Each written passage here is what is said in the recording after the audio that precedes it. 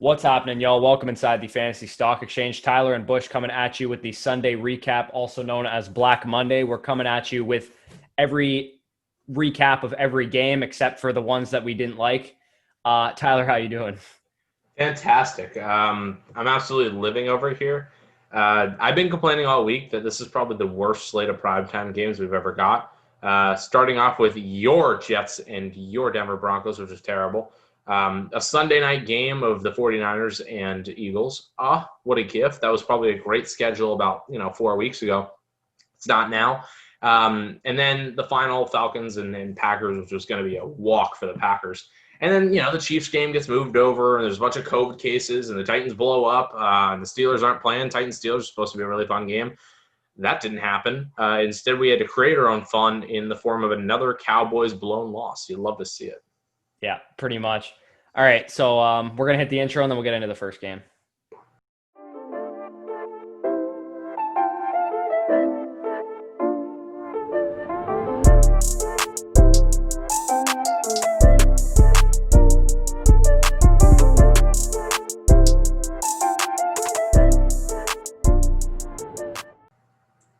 All right, so we're starting off with the Jaguars 25, Bengals 33. Joe Burrow gets his first win of his NFL career. The Bengals are still kind of a joke, but a little bit less of a joke now. It's safe to say. I think the biggest story, I know you were a big fan of this guy coming into the year. I am a big fan of him now because I just traded for him in my big money league, and a lot of people made fun of me for getting rid of Aaron Jones for Joe Mixon and A.J. Brown. But Joe Mixon, man. 25 carries, 151 yards, 2 touchdowns, also added 6 receptions for 30 yards through the air. Just finally, Joe Mixon shows up. That's my boy. That's my boy. I love you. I love you like a son, Joe. You look fantastic. I mean, what a gift. I mean, this was the game where every single player from the Jacksonville Jaguars and the Cincinnati Bengals that I love and was advocating for in the offseason showed up for me. Laviska Shenault, T. Higgins were 2 rookies I was very high on. They looked really, really good. Joe Mixon decided he wanted to play football again this year, so he showed up. It was a really fun game to watch. If you're a Joe Mixon shareholder and your heart's been breaking for the past 3 weeks, this was great. I love this. I'm bathing in Joe Mixon because my fantasy teams did not look good at all this week because I have a nice guy named Austin Eckler that we'll get to in a bunch of those leagues. And, I mean, I'm going to be honest with you. I'm only going to win 1 league this week, but I don't even care because Joe Mixon, he's back, baby. Yeah, and another guy who's also back, DJ Chark, coming off a quiet first couple weeks as well as an injury-riddled kind of first couple weeks, gets on track with 9 targets, 8 receptions, 95 yards, 2 touchdowns. Laviska Shenault also had a nice game receiving. In terms of the Bengals receiving core, Tyler Boyd with 8 targets, 7 receptions, 90 yards, just consistent as always. A.J. Green, I believe, got hurt in this game. I think it was like a shoulder injury or something like that. Surprise. Yeah. Yeah, so he did go down. It was kind of weird. Like he was on the sideline for a while. I don't know. It was a weird situation to watch. One thing it does concern me with is I have been advocating that I love A.J. Green, not for fantasy purposes whatsoever, but that he will consistently take away the number 1 cornerback from yours truly, Tyler Boyd. This isn't really an issue for Jacksonville. It's going to be an issue when you start facing more legitimate teams that they'll go back and then start seeing again that Tyler Boyd's going to get locked down. It's what was happening to A.J. Green. A.J. Green's still a good receiver. We don't want him in fantasy for this reason that happened today. He gets hurt. But Tyler Boyd may start seeing the number 1 corners. And again, not an issue with Jacksonville. This is kind of an outlier. T. Higgins may be looking like a really, really great guy to go get if A.J. Green goes down. Yeah, and speaking of A.J. Green going down, if he is out for a prolonged period of time, T. Higgins steps up again, 7 targets, 4 receptions, 77 yards. Also had a carry for about 10, 13 yards, I believe. So, I mean, T. Higgins is stepping into the kind of A.J. Green role. He's just a younger version of the dude, basically, is the way he's playing. And from the quarterback position, both guys were great streamers. Both guys kind of delivered, to be honest. They were both – I mean, Joe Burrow had a bit of a down game in terms of touchdowns because of Joe Mixon, but Minshew especially had a solid game if you streamed him. Yeah, and I'll say what I like about Cincinnati, and then we'll kind of look at the Jacksonville side of things. Giovanni Bernard did not catch a ball today. Yeah. Giovanni Bernard ran the ball twice today. This has been an issue where we're like, okay, Giovanni Bernard is going to catch like 5 balls every single game, and we're just going to take that on the chin. Joe Mixon's not going to be, and that was not an issue today. So I was very happy about that. And then again, we'll talk about Minshew. He was pretty solid. I mean, this is what I expected from Jacksonville. That week one was a huge outlier where I was like, 40 pass attempts is about what I expect from Jacksonville most weeks. yeah, but exactly. Like this is where I'm starting to like kind of just figure out this is what we're gonna see. James Robinson looked all right. The negative game script most of the time. So trying to claw back from behind. Still 21 touches. Can't go wrong there. He didn't get it in the end zone, but he was still fine. So absolutely. No complaints there for sure. So we consistently know he's just going to be your horse, guy you can definitely depend on. Again, DJ Chark, Laviska Shenault, probably the only guys you really even want to mess with. Obviously, DJ Chark, there's your confidence back. And Laviska With Shenault, Chark back too, Keelan Cole's droppable. You don't need Keelan Cole anymore. No, you don't. Exactly. I think that really touches on everything in this game. Yep. Let's go on to the next game. We kind of teased it already. Probably the teams that you hate the most. Browns 49, Cowboys 38. Baker Mayfield in this. So let's start on the Browns side. Pretty efficient game. 19 for 30, 165 yards and 2 touchdowns. This is basically what Baker Mayfield's going to do in his good games, is pass for like under 200 yards and have a couple touchdowns. He is not good. Okay, so we'll touch on this. This was like a charity game where they were like letting the Jets take turns on the field away from being everything I hate about football. Because I hate the Browns and I hate the Cowboys and I hate the Jets. Am I going to tell you my order of the three? I can't, because it changes every time. They're all pathetic organizations. So yeah, that was a tough watch. I was consistently going back and forth with who I was cheering for, but today I decided to go with the Browns because I love an embarrassing Cowboys loss, and that's what this was for today. Words, good job. Baker, here you go. Here's Stefanski and what Baker should be every single game. Congratulations, you found the formula. You stop making him make plays. It does not work. It's just his thing. You're going to just have to depend on your run game. Chubb goes down. Kareem Hunt looked really solid. I mean, they're good. Like, they're going to consistently run the ball no matter who's there. Obviously, Jarvis was making fun plays. Odell was making fun plays. The offense looks like they're actually having fun, and they're putting up productive numbers from it. Yeah, and you said they're going to run the ball just about whoever's back there, and there's a guy named Dearness Johnson in this game that had 13 carries for 95 yards out of nowhere. And as you mentioned, Chubb did go down in this one. I expect it's like a mild like MCL sprain or something, like a 2 to 4 week injury. They would have said like we fear a torn ACL if that's what it was. It's not. I don't think it's that. They said they're optimistic that it's not a season-ending injury. But yeah, as you mentioned, Odell Beckham, holy man, he got back on track in a big way here. 5 receptions, 81 yards, 2 touchdowns, 2 carries, and 73 yards and a touchdown, including the one that clinched the game. So, I mean, big takeaways on the Browns offense are obviously that Odell Beckham Jr. is probably the biggest sell-high candidate that you can think of. Like, yeah, to be honest, like I know I don't want to get in the habit of anytime anyone has a good game, we're like, oh, sell high, but Odell Beckham is not like, he didn't have that much volume. Like he had 8 targets, but that's like his ceiling on a weekly basis. Like they don't throw the ball enough for them to have that many targets. They're also not going up against probably the worst secondary in the league every game. Yeah.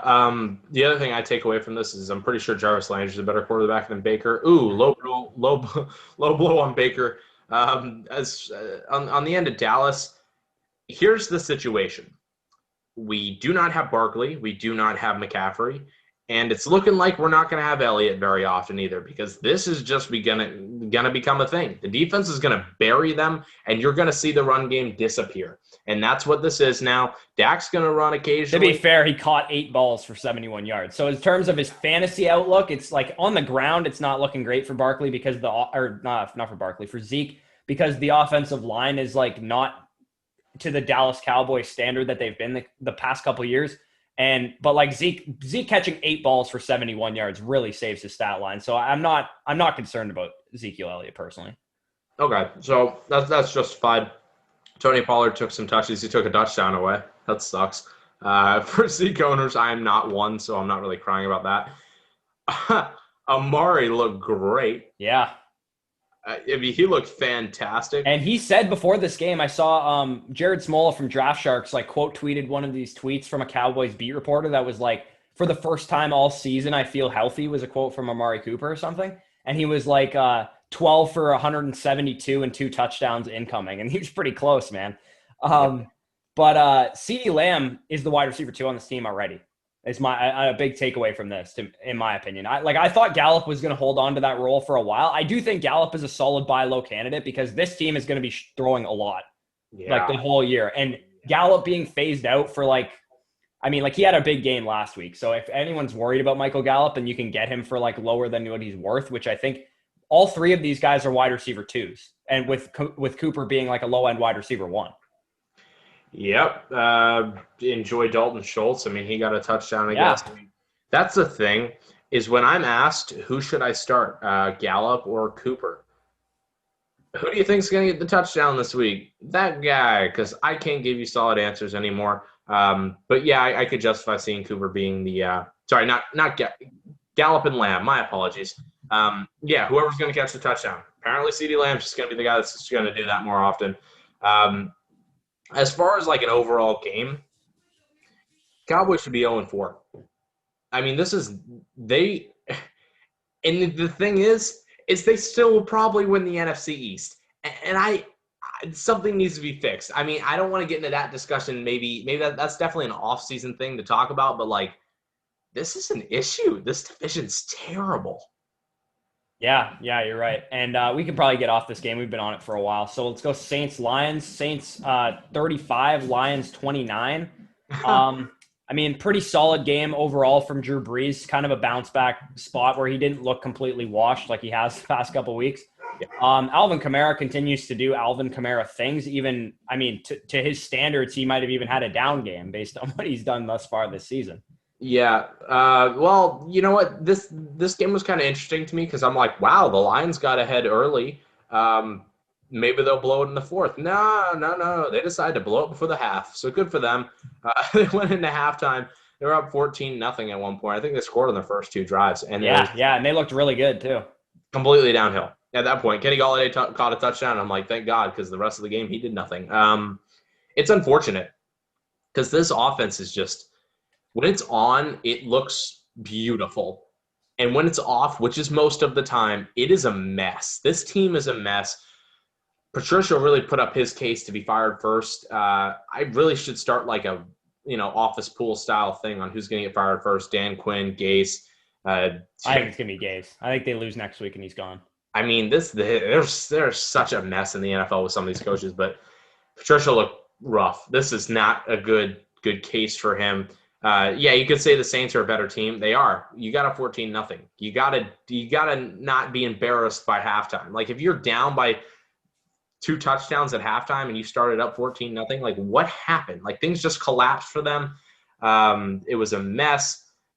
The Saints deserved to win this game because the Lions just gave up, and then they tried to come back at the end like the Lions do, and they followed short. The Saints receiving, it's a big issue, obviously, without Michael Thomas. Like Emmanuel Sanders, 9 targets, 6 receptions, 93 yards. That's all well and good. Traquan Smith actually has 2 touchdowns in this one, which is kind of weird. But is Traquan Smith a pickup? No, because I think Thomas is back next week. So I think that completely nullifies Traquan Smith because Thomas is going to get his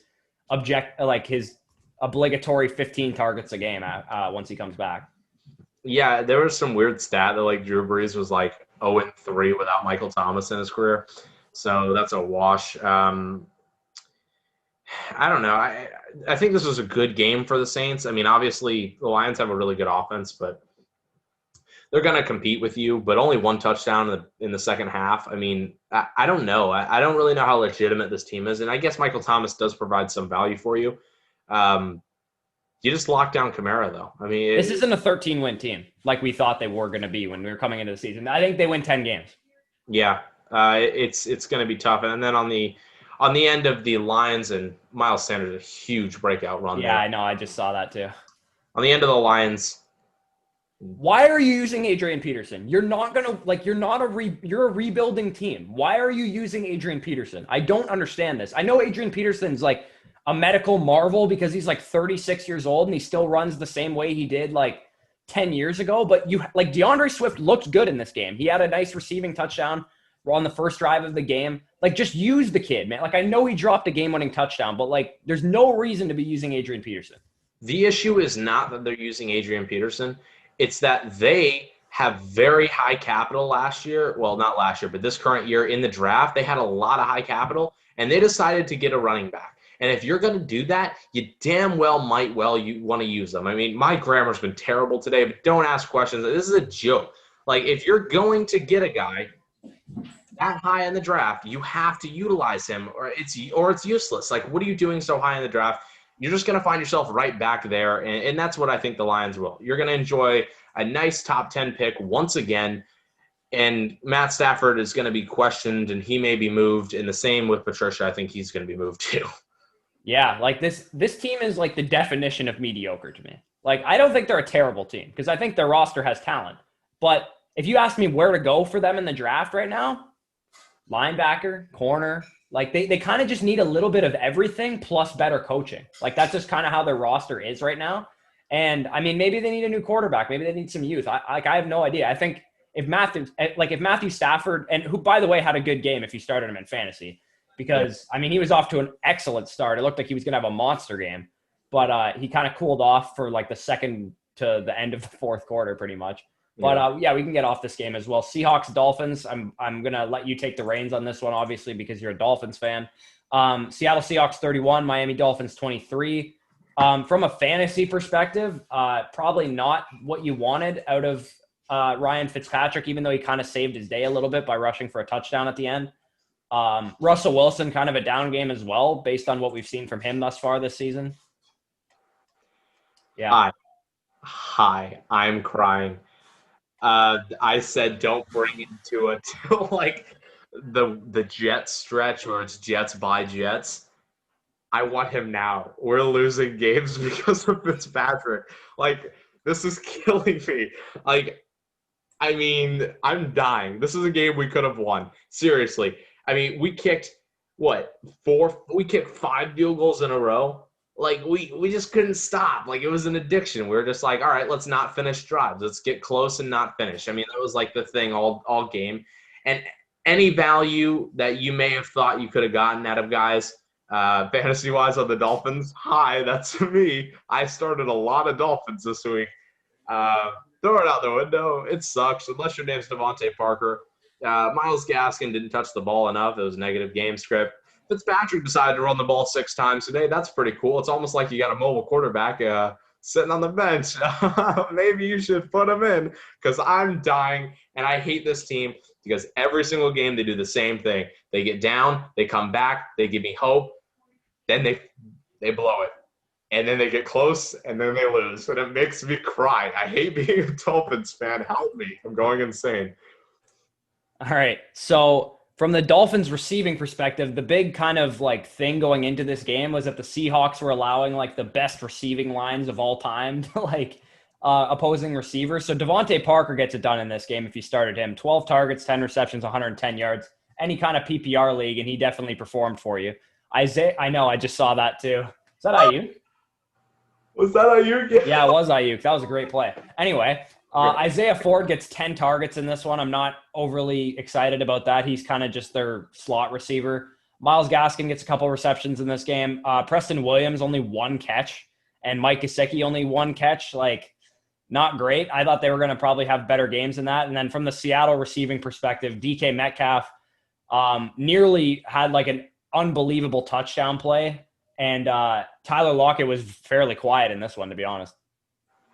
Yeah, it just hurts. I don't want to keep talking about them. They make me sad. Yeah, we can breeze through the rest of this game if you want. Chris Carson had a great day on the ground. Even though he was coming in questionable for this game, he had a great day on the ground. Dolphins should have won this game. And if you want to run a quarterback 6 times in the Dolphin system, can we put in the mobile quarterback that we spent, I don't know, a 3rd round, the number 3 pick on? Number 5, I'm an idiot. I don't know. Maybe I'm just like spitballing here. Maybe I'm just throwing out wacky thoughts. Maybe we should have kept Rosen or something. Maybe I'm just fucking wild. I already dropped the F-bomb a couple times today. We're feeling electric. I hate the Dolphins. I want to be a part of a new fan base until they start Tua, then I want to go back. So, yep, makes sense. speaking of being a part of a new fan base, I saw a different Tampa Bay Buccaneers team than I've ever seen in my life today, which 38-31, the win over the Chargers. The Tampa Bay Buccaneers of the last 15 years that I've watched, there's no fucking way they win this game. Like, the fact that they won this game it's Tom Brady. That's why they won this game. 5 touchdowns. He threw a pick 6, but 5 touchdowns, 369 yards, 5 touchdowns, all to different receivers. On the ground, Ronald Jones had 20 carries for 111 yards. And through the air, Ronald Jones had 9 targets. So my biggest takeaway from this one, obviously, is that Ronald Jones with Fournette out is an RB2. Like, you can start him as an RB2, which is basically what I thought he was going to be, but this kind of confirms it. Keyshawn Vaughn had a couple nice plays in this game. My hope is that Keyshawn Vaughn replaces LaShawn McCoy's role, because LaShawn McCoy nearly got Tom Brady killed in the pocket, and he also just looks way too slow to be playing football now. Yeah, Keyshawn Vaughn's good at blocking. Period. I think that's a huge thing for Bruce Arians. Let's start actually using that guy to do that. The only thing I'm concerned about in their backfield is there was a few drop balls that I was not loving. Jones, Vaughn. If he drops one, he gets in his head. When he drops a pass, he's just like, oh man, I can't drop this one. And you could tell, like, after that, he's like really trying to catch it. It's like there was one catch he made where he was focusing on the ball so long that he got drilled after he caught it. Yeah. That's kind of tough. Mike Evans showed up today. Hi, nice to meet you, Mike. We haven't seen you all year. Scotty Miller. Play him. I bet you won't when Mike Evans and Chris Godwin are healthy. Play him. You won't. OJ Howard got hurt. That's pretty big. I'm not really huge on Gronk. We talked before. I was like, this may be a great chance to like sell him because there's still a lot of options in this backfield. I don't think anyone's going to pay high for him though, because he had a bad game in this one. People might be like kind of excited because OJ, and what they're saying is that OJ tore his Achilles, so he'll be out for the year with that. I don't think Gronk is a sell high candidate because he didn't have a good game. Like, and also he hasn't done well thus far this season. I have a feeling Gronk is actually more of like just like a hold if you have him, because I don't think anyone's going to be willing to pay you like an overly egregious amount of shit for Gronk. So, I mean, he definitely sees a boost with OJ going down. He's going to be the primary tight end 1 now. Cameron Brate is not a thing. Don't ask me about Cameron Brate. On the Chargers side of things, another big injury in this one. Austin Eckler went out in this game with what, honestly, when I saw it, I was like, he tore his ACL. Like, that looked like he tore his ACL. What they're calling it is a hamstring injury or a hyperextension of his knee. So, I mean, my guess is that he'll be out 3 to 4 weeks if that's what it is, but I'm not a doctor. I have no idea. We'll have to get official word from like people on Twitter and stuff who actually like do this and know all this stuff. Obviously, if you didn't listen to me and you did start Justin Herbert, he definitely came through for you in this one. 290 yards, 3 touchdowns, couple rushing yards as well. He had a great game in this one. A couple huge bomb plays that I was not expecting to see out of Justin Herbert. I expected the Bucs defense to absolutely lock him down in this one. But he's a beauty. He's really good. Yeah. He's good at football. And anyone that wants to tell me, yeah, I had Justin Herbert as my quarterback 1. No, you didn't. Stop lying to yourself. You didn't. This is unexpected. Good for him. You just need to pat him on the back. Don't take credit for, oh, yeah, I saw Justin Herbert break out. Stop lying to yourself. You don't need that. Be better. No one saw this coming, and props to him for proving people wrong. Because a lot of people were doubting them. Like, he shouldn't even play this year. You know, I was hearing that. So good for him. A bunch of really no-name players were catching deep ball touchdowns for him. So that's pretty cool. This is what happens when Mike Williams disappears for a week. Someone else is going to catch the deep ball, and it's really could have been good for him if he was in that situation, but he wasn't. So Guyton and Johnson, good for them, I guess. Pick them up. You won't. Don't do it, actually. Don't do it. Hunter Henry hurt my feelings, though. I will say that. Keenan Allen is asserting himself as a consistent, like, top 15 receiver in PPR with Justin Herbert. We saw him struggle a bit with Tyrod Taylor early on. Keenan Allen's just getting targets out the wazoo. So absolutely no hesitancy on Keenan Allen going forward. Yeah, Eckler and Keenan Allen. Hi, welcome to Fantasy Production again. Thank you, Tyrod, for your service in burying these guys. But they're back, and you can't do anything about it. I hope your lungs are okay, though. Seriously, I don't know what that situation was. I'm pretty sure it was the Chargers medical staff sabotaging so that they can get some more productivity from the quarterback position. But that's just a rumor. We can jump to the next game. if there's anything else you want to touch on going. No, let's go into the next game. So 31-17 for the Baltimore Ravens over the Washington football team. It was not even remotely as close as that score would indicate. The Ravens pretty much controlled this one the entire way through. Lamar Jackson only threw the ball 21 times. He actually was taken out of the game and for Robert Griffin III because they were killing them so much. But Lamar Jackson, 193 yards, 2 touchdowns, and interception. He had a huge run for like 50 yards and a touchdown. He definitely came through for you if you played him, which you obviously did because he's Lamar Jackson. I've been saying it for a couple weeks now.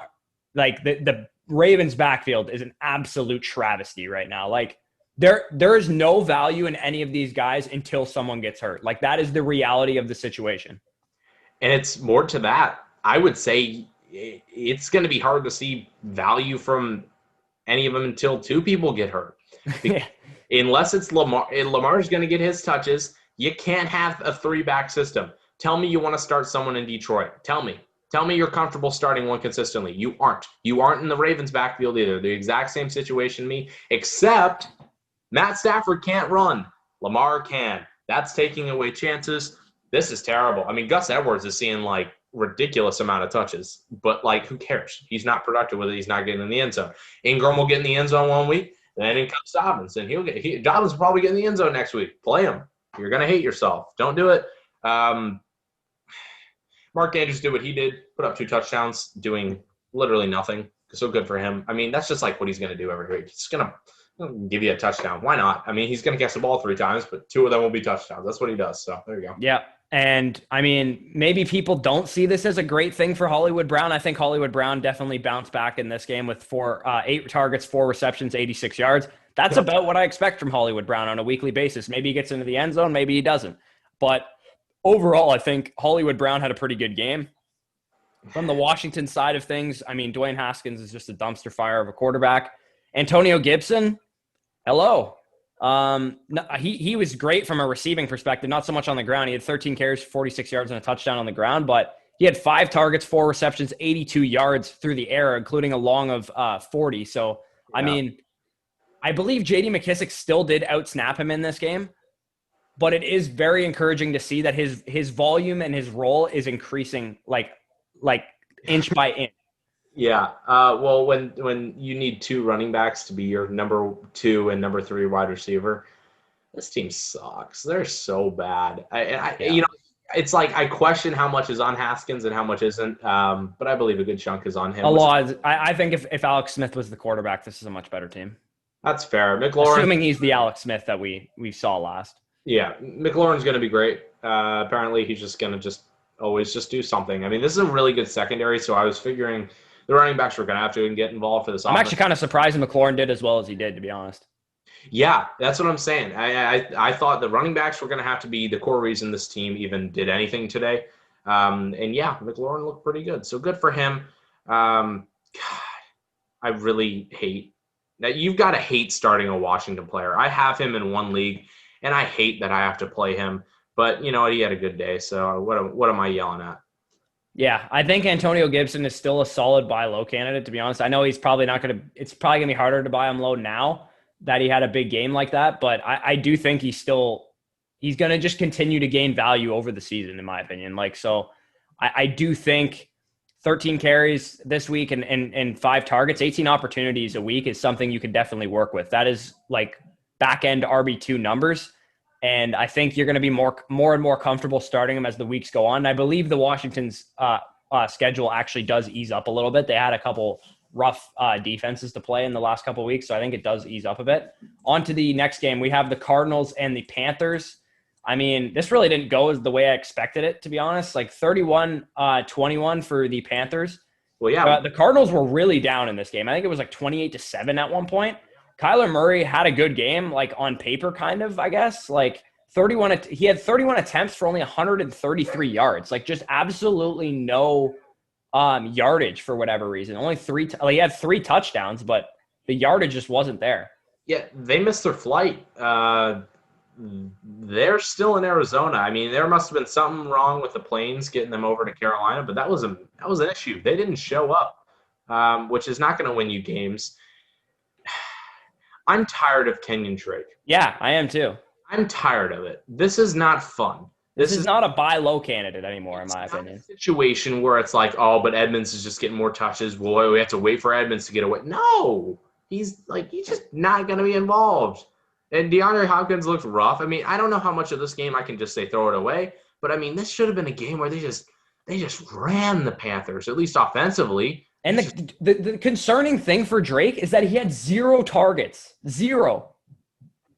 We thought he was going to be this 3-down workhorse, when in fact he's the 2-down banger who has no goal line work because Kyler takes it all away, and Chase Edmonds is the 3rd down back. This is kind of a messy situation. Kenyon Drake is I remember going into this week, he was RB6 in ECR or something. I'm like, what has he done to deserve this? Yeah. Well, he played the Panthers, and he did nothing to prove that. And he played the Lions last week, and he did nothing against them either. These are 2 of the worst run defenses in the league he's played the last 2 weeks. This dude is RB20 territory right now. This is where he needs to be ranked. I don't agree at all with if he's ECR 12 next week, I'm going to have him significantly lower than that. And you should. It's well-deserved. And it's not even one of those situations where we're just we're punishing him. He's just not getting the volume. And it's not. I don't really even know how much is on him and how much isn't. But either way, you can't feel comfortable playing him. On the other side of things, speaking of getting the volume, speaking of the volume. Hi, Mike Davis. How are you? Hi, Robbie Anderson. How are you? These guys, they're here. Teddy B thinks Robbie Anderson's the one. DJ Moore, who are you? Nick Mullins takes a huge sack. I feel bad. That's my boy. Yeah, but Robbie Anderson, I can't tell people to sell him anymore. He's actually good. I mean, I wasn't telling anyone to sell him before. I thought he was the 1B in this offense. I kind of agreed that, yeah, Robbie Anderson's a thing this year. He's a top 20, top 30 receiver right now. He's pretty good. DJ Moore, man, I'm a little worried. I'm not going to lie, but this was a tough matchup. He was being shadowed by Patrick Peterson. We kind of should have expected a down game in this one, but that's kind of why Robbie Anderson is playing well, is because DJ Moore has taken the heat so far. He's kind of playing the AJ Green role. He's not going to be taking heat next week, though, because they play Atlanta. Have fun. Enjoy that. I feel like Atlanta's just a field day for everyone. It's just it's the Friday fun day, back in elementary school. You just get excited because you're just all right, we get to be outside. You get to play Atlanta. Enjoy that. If you get to go to Atlanta, it's a nice city. I've been. So it's you get a little fun, and then you get to not take the game as seriously and trample Atlanta. So, it's a field trip for everyone. That's what playing Atlanta's like. Hopefully DJ Moore gets back on track. Mike Davis, stop. Please stop. Because he's getting remarkably more volume than Christian McCaffrey was. What is this? Not more volume. He's getting similar volume to Christian McCaffrey. But I don't like that. I'm agitated because I'm not going to sit here and jump on the Mike Davis train because I hate him. And when McCaffrey comes back, I'm going to be happier.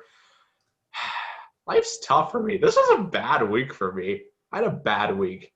Yeah, you hate to see it. Anyway, on to the Vikings and the Texans. Ouch. The Minnesota Vikings win this game 31-23.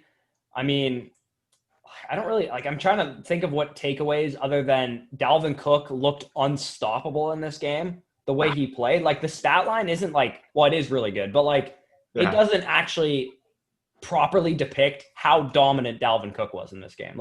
Every time I watched a Dalvin Cook touch, he probably broke 4 or 5 tackles for every 5 yards that he got. Texans are the 32nd best run defense. So we'll say that. I'm just putting that out there because that's fair. Everyone's going to do this to them.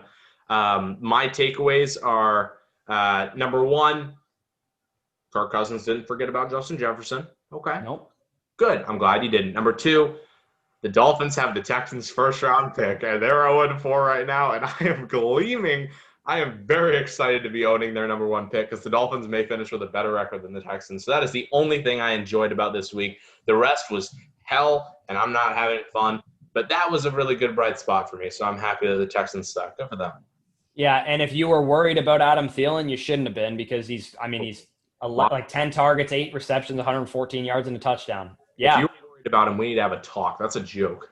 And someone who I am a little worried about is David Johnson. Now that Duke Johnson is back, David Johnson, 16 carries, 63 yards. 2 targets or sorry, 3 targets, 2 receptions, 29 yards. I mean, he's a low end like running back too now. Like he's like he's going to be RB 20 to 24 for me strictly because of volume.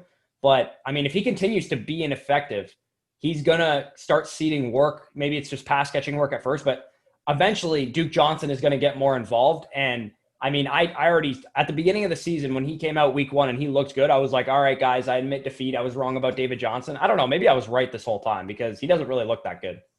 Yeah. You want to talk about guys who don't look that good that probably had some hype in the offseason? Brandon Cooks. Cooks, where were you? Donut. You know how many leagues I started a Brandon Cooks who put up literally 0 points this week? Oh, yeah. I started him in a couple leagues too. I don't know anymore. See, maybe I should just quit because like this is I had such a bad week. And it's deserved because I have won out. Like I went 6-0 last week. I went 4-2 the weeks before that. And then I went 1-5 this week in my leagues. And I'm like, okay, I'll take that. That was me last week, dude. I went 1-7 last week, and I also lost all my bets. Like I went 0 for 7 on bets last week. So I was bad this week. I'm like 6. I think I'm 5-2 in my leagues, and I didn't make any bets wisely. Brandon Cooks, like I was like, please start him. I don't even know what to say to the fans anymore. I apologize. I guess. I mean, how do you not? That's on him. We need to have a talk with Brandon Cooks. You don't need to have a talk with me. Go talk to Brandon Cooks. He's an issue. What the hell? Like 0 receptions. I know he had some targets, but like, come on. Brutal. Yeah. Will Fuller, on the other hand, had a great game. He actually was kind of robbed of a touchdown at the end of the game. If you saw that play, he kind of like, I don't know. It looked like he caught it to me, to be honest. I didn't think that was like incomplete. They called it incomplete because he didn't maintain control through the ground or whatever. But it actually did look like he caught that, and his stat line would have been pretty monstrous had he come down with that one. Yeah, in a situation where we don't have the Texans' first-round pick, he got robbed. But we do, and that was a fair call. The refs are doing their job. They're just trying their best. So great call on the refs' end. Was this one of the weird games where someone was going for 2 for no reason? Yeah. They were like, oh, but the analytics play is to go for 2 or whatever. It's like, all right. Go for 2 so you can win the game later. I'm like, okay, so you miss it, and then you got to go for 2 in a high-tense situation where they're going to press you. I don't get that. That happened in like 3 games. Like, why? It happened in the Cowboys game too. They're like, it's the analytics. I'm like, can we stop that then? Like, oh my God, just watch film. Film beats analytics. Anyways, yeah, that's been a thing. But Watson looked nice. But you feel bad. I don't think he signs with Houston. I mean, this is not a good. He already did. Did he? Oh shit, he did. Yeah. But he's trapped. I'm sorry. Good night. But that's tough. Well, he chose that, so. All right, so we could probably breeze through these next 2 games because they were just absolutely milquetoast. That's the only word I can use to describe them. Los Angeles Rams 17, New York Giants 9. Daniel Jones looked like steamy garbage in this one from what I saw of the game. Wayne Gallman, Devontae Freeman, Dion Lewis, like disgusting backfield. Absolutely no part of this do I want. From the wide receiver perspective, Evan Ingram, again, another like dud for Evan Ingram despite seeing elite volume. Evan Ingram has gotten the volume that most tight ends only dream of thus far this season, and he's done absolutely nothing with it. Correct. That sucks for him. I have him in a league. It didn't work. The analysis going into this season was always like, when Evan Ingram's on the field, he's great, but he can't stay on the field. He's been on the field, and he has not been great. And speaking of not being great, Darius Slayton, man, despite that week 1 blow-up performance, he's been kind of bad for the last 3 weeks. So he's going to be taking a significant down.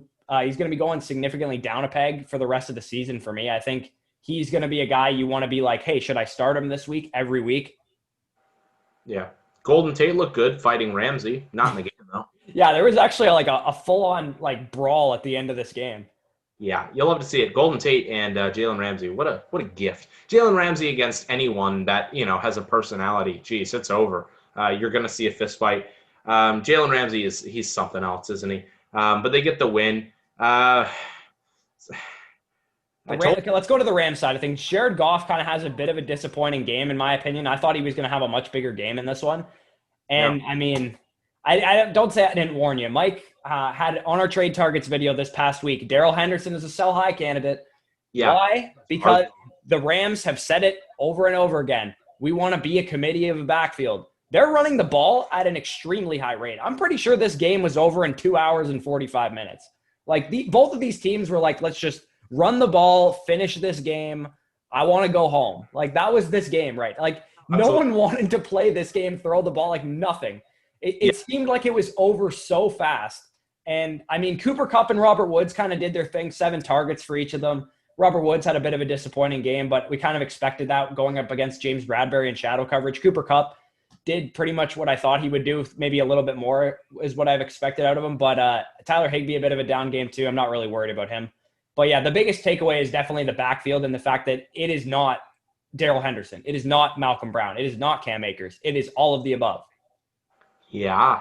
I would actually take this chance to sell Cam Akers because what it looks like from the outside is, oh, they just can't figure out who their guy is. No, when Cam Akers comes back, he will see 7 to 8 to 9 touches, and he'll be right in the situation with the other 2.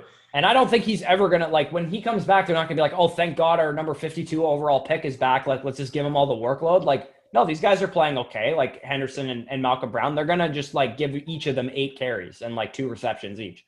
Yeah, okay. Yeah, they're playing okay, I would say. Yeah, I'm ready to jump off of this. Let's get off this game. Indianapolis Colts 19. Yeah. Chicago Bears 11. Ugh, just gross. This game was, like, hard to watch from what I found. I'll say when I saw the 4 o'clock stretch, I knew I'm going to be disinterested the entire time. And my connection to it was I was so uninterested the entire time. It was horrible. I mean, Bears, Colts, the Giants, and Rams. I mean, the Bills and Raiders were kind of exciting, but like these two, the first two, I mean, these two, they're awful. They're awful. I mean, I have to see Phillip Rivers and Nick Foles try and put together a game. I mean, it was terrible. Jonathan Taylor. That's it. Okay, we got to stop ranking Jonathan Taylor in the top, like, 7. Like, people are just like, oh, he's Nick Chubb. No, he's not. Nick Chubb is the best running back in the NFL from a rushing perspective. Yes, okay. I think he is. I think pure ball-carrying ability, Nick Chubb is the best running back in the NFL. And Jonathan Taylor looks like a rookie. Like, he doesn't look like an elite ball carrier like he was at Wisconsin. He's a volume hog. He's getting a lot of volume, and he'll probably continue to get a lot of volume. But he's not an RB1. He's probably a mid RB2 right now. Can he get there? Sure, because he has all the talent in the world. But the game needs to slow down for him big time. From a receiving perspective, as I've often said, I don't want anything to do with this passing game, and specifically T.Y. Hilton. I know a lot of people were like, oh, T.Y. Hilton's a great play this week against Chicago. No, he's not, because Phillip Rivers can't hit the broadside of a barn.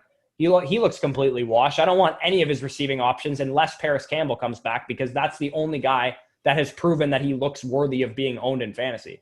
Yeah, I have a serious question for you that I wouldn't have asked like 4 weeks ago. Who do you think we see first? Do you think we see Jalen Hurts, Jacob Eason, or Tua first? I'm serious. That's a serious question. Okay, no, we're going to see Tua soon, so take him out of there. But I do think we're going to see Jacob Eason before we see Jalen Hurts.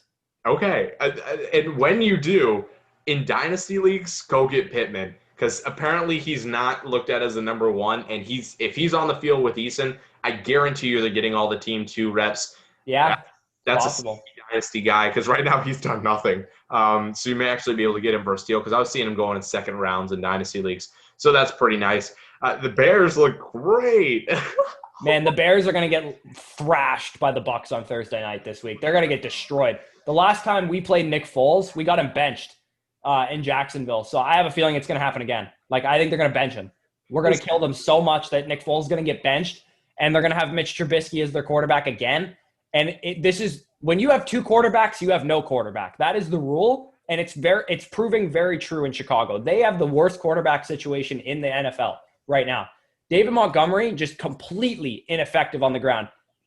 If you guys want a good laugh, if you were on the live stream this morning, you heard that Danny bet me straight up David Montgomery versus Joe Mixon, who would have more fantasy points.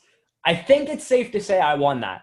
David Montgomery, like, he's a volume guy. Like, that's what he is. Like, he gets volume. He got phased out of the game script in this one, but man, like, he's going to have games like this because his offense isn't good. If he had I don't know. Even if they signed Jameis Winston, I bet this offense would be miles better than it is right now. And it would probably be actually exciting to watch. And they're not exciting to watch right now. Yet Ted Ginn caught more balls today in Chicago than he ever caught in New Orleans. So maybe that's a bright spot. He caught 2 just for the laugh. Darnell Mooney, yeah, go pick him up. Don't do it. Hello, Deebo Samuel. Yeah. Oh gosh. Yeah. I didn't think he was actually going to be productive today. Yeah. Welcome to the other game that was absolutely just terrible today, and no one really wanted to pay attention to. Please let us go to the next game, please. Yeah. Only thing that I have to say is, I mean, Allen Robinson is situation proof because he is continuing to perform. Let's get him a real quarterback. Hopefully Trey Lance or whoever is I'm willing to bet. Here's a bold statement right now. They're 3-1 right now. I bet they win one more game for the rest of the year. The Chicago Bears. Yeah, no, we were slating them to lose. Like I thought their ceiling was like 6 wins. Yeah, no, they're not good. Honestly, I hope they move some guys for picks. Like I think this team needs a complete revamp. Like if they went for like a Justin Fields type, where they're getting a mobile guy that can make moves, I think it opens up for David Montgomery. Mitch Trubisky's a mobile guy. The problem is he can't throw. Yeah. Wait, who'd you mention? Pardon? Who'd you mention? Trubisky? Mitch Trubisky. Yeah, Trubisky's a mobile guy. It's not like they don't have a mobile guy in-house. He just can't throw. He's a nightmare. Yeah, he's a complete nightmare. Anyway, let's stop talking about this godforsaken game. Thank you. Anyway, the Buffalo Bills, 30 points. The Las Vegas Raiders, 23. The 4-0 Buffalo Bills, led by Josh the Stallion Allen. Absolutely insane how the step that this dude's taken in his career. Like it's ridiculous to me. And I actually part of my Diggs analysis, because I'm going to continue to take Diggs victory laps because he's going to continue to prove me right. Stephon Diggs, we've seen how important he was to Minnesota, and thank God for Justin Jefferson because he is playing well and he's kind of sliding into that role. But Diggs has made this offense exciting. Oh yeah. No, this was a team you didn't really want fantasy. You went no one in. Oh my gosh, Kittle, you don't want. No, I just saw that. Fantasy from the Bills. This was just a thing last year. You were like, I don't want to take John Brown, and that's about it. Yeah. Which, by the way, I made the mistake of playing again. Oh, geez. Stop. Dude, that's like crack cocaine to me. Is I'll just start John Brown occasionally. Got to stop that. Sleeper, why are you projecting this guy to get 13 points? I don't need to see that. That's giving me too much confidence. But yeah, Stephon Diggs is electric. I hope this team grabs another wide receiver because I'm pretty sure there's going to be some contract issues with Beasley and Brown. There's no way they're there longer. Maybe Gabriel Davis steps into that. But if they spent like a second-round pick on like a really good wide receiver, or Serrata incoming. If they spend a first-round pick on Kyle Pitts, how fun that team would be. I would buy it. I don't know if Josh Allen's a tight end guy. But Kyle Pitts isn't a tight end. Kyle Pitts is like, he'll go on this. He's Gesicki, but better. I mean, he's better. But anyways, we can talk about guys you probably don't even know because you're like, I'm just here for fantasy implications. Speaking of fantasy implications, Josh Jacobs looked so good. Yeah, I mean, not the greatest. Let's talk about Singletary first. Singletary, as we've often said, did Moss even play? I thought Moss was supposed to play in this game. Well, we all think things. No, he came in questionable and he was not active. Yeah, all right. So when Moss is when Singletary is the only guy in the backfield, he's going to get volume. He looked pretty good in this game, but I mean, he had a decent stat line. So we can talk about Jacobs. Jacobs, I'm not worried about at all. If someone is, go get him. Yeah, absolutely. I mean, back-to-back, rough weeks. Last week was the Patriots. Yeah, that was a very tough week. Patriots-Bills is not really a good stretch. You never want those two back-to-back because they'll probably eat you alive. Rip Josh Jacobs. Please go trade for him. He's going to be in my trade targets video that I do with another channel. Yeah, definitely putting Josh Jacobs down. Darren Waller, yeah, this is what happens when you don't single him out. Patriots. When you don't play Bill Belichick, then you're good. Yeah. Patriots did it, and they locked him down. Imagine actually just what a novel concept. I'll keep saying it. Taking away the team's best option, which, to be fair, the Bills did because their best option is Josh Jacobs. So they did take him away. But Hunter Renfrow, I mean, that one catch he made, man, that was pretty sick. I'm not going to lie. There's no way if you picked 20 guys out of a lineup being who can make this catch, Hunter Renfrow is the very last person you would pick. And this dude's just good, man. Everyone wants to hate on him that he looks like an accountant and He just does not look like a football player at all, but he's just good. That's just all I can say about Hunter Renfrow. He's a good football player. Yeah. Yeah, I mean that. I don't know if it really lived up to the expectations of being the best 4 o'clock game. Because I'll be honest with you, the Colts and Bears and what is it, the Giants and Rams, we weren't expecting much from. But I would say it was all right. It was definitely you're gonna fall asleep during the 4 o'clock game situation. Oh yeah, I got distracted. I played some weekend league. Yeah, it was tough. This whole week was tough matchup wise. I haven't. Tomorrow should be good. Next week. Yeah, but tomorrow exactly. Tomorrow should be good. Patriots and Chiefs. No Cam though. I don't believe, right? No. Yeah. So he's Billy Ho. We may see Ryan Ho tomorrow though. I see that's the thing is we may see the Packers and Chiefs just completely run the game with just issues on the other team's side, the Patriots and the Falcons. Yeah, for sure. All right, guys, that'll do it from us. We've definitely done a good job of keeping these a bit shorter than they were earlier on in the season. I think we kept that one under an hour, so that's pretty good. I want to encourage you guys to hit the button that looks like this. If you enjoyed this video, comment any of your thoughts down below. Who disappointed you this week? Probably Joe Mixon, but who was awesome for you this week? Subscribe to the channel if you're new. Hit the bell icon. So you're notified anytime we go live, anytime we post videos. Check out all of our affiliates and all that kind of stuff. Patreon in the description. Peace out, guys, and enjoy your Monday.